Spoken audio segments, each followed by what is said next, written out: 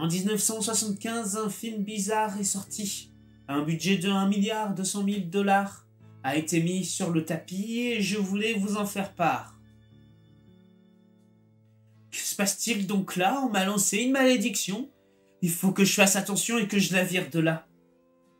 Bref, revenons-en aux faits. Enfin, je crois, mais qui l'a donc réalisé? Ce fameux film Antifoie.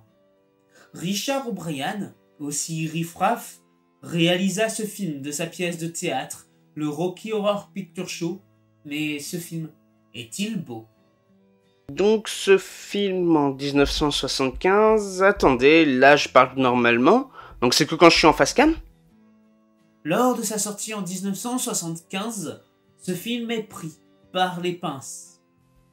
En effet, eh bien en 1975 donc, ce film n'a pas eu son succès mérité à cause de la luxure et le côté déluré qui suinte, et c'est dommage. Mais ce film gagnera un petit peu de succès en tant que Midnight Movie. Et de quoi parle ce film? Janet et Brad assistent au mariage de deux bons amis à eux, et Brad en profite à la fin pour demander la main de Janet en mariage. Les deux sont de bons chrétiens pudiques, ils se retrouvent avec un pneu crevé et se retrouvent chez Emporio Ivankov, chez le Dr Frankenfurter, un gentil travesti qui vient de transsexuel en Transylvanie, qui va donner vie à Rocky. Littéralement, le cliché à rien. Et je ne m'arrête là dans le résumé car ça part vraiment trop loin, mais le film est incroyable, je vous le conseille. En fait, soyons dans la confidence. La première fois que j'ai vu le film, je ne l'ai pas aimé, mais il me faisait réfléchir et il me prenait beaucoup de réflexion. Et ça ne m'est arrivé que 2 fois, pour Vertigo et pour ce film. Mais pourquoi? Car le film a tellement de choses bizarres pour nous occidentaux qu'il ne peut plaire à tout le monde.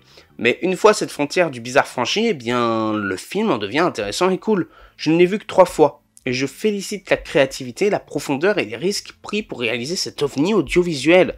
En plus de ça, le film a des musiques et des chansons vraiment incroyables, genre science fiction, ou alors ça s'auto-insulte de salope, de chienne. Ouais, il n'y va pas dans la dentelle de Porte-Jartel. Et c'est normal car c'est une comédie musicale. Imaginez une comédie musicale avec de mauvaises chansons. Ça dépasserait l'entendement. Cependant, en 1981, une suite sort, se nommant Chuck Treatment. Et je ne l'ai pas vue car j'ai un mauvais souvenir de suite de bons films. Ah, Rosemary's Baby. Bref, ne parlons pas de traumatisme. Le Rocky Horror Picture Show est un film incroyable avec un humour noir et, si je dois le résumer en 5 mots, c'est une comédie musicale avec des Porte-Jartel. Oui, je suis sérieux. Et donc, eh bien, le film est parti dans un délire incroyable. Et aujourd'hui, le film a un certain poids, au point qu'il ne mérite presque pas sa place dans cette émission qui est Gnosislaire. Mais je fais ce que je veux. Petite anecdote marrante, il faut savoir que ce film est diffusé depuis les années 90 à aujourd'hui, tous les vendredis et samedis soirs au studio Galand. Et surtout, depuis plus de 40 ans après sa sortie, on voit encore des diffusions au cinéma dans différents pays. De plus, en 2005, The Rocky Horror Picture Show est sélectionné pour le National Film Registry par le National Film Preservation Board afin d'être conservé à la Bibliothèque du Congrès des États-Unis pour son importance culturelle, historique ou esthétique. Donc si vous avez l'occasion de le voir, allez-y, ça vaut le coup d'œil. Allez-y et donnez-moi vos avis. Car oui, ce film est important qu'on le veuille ou non.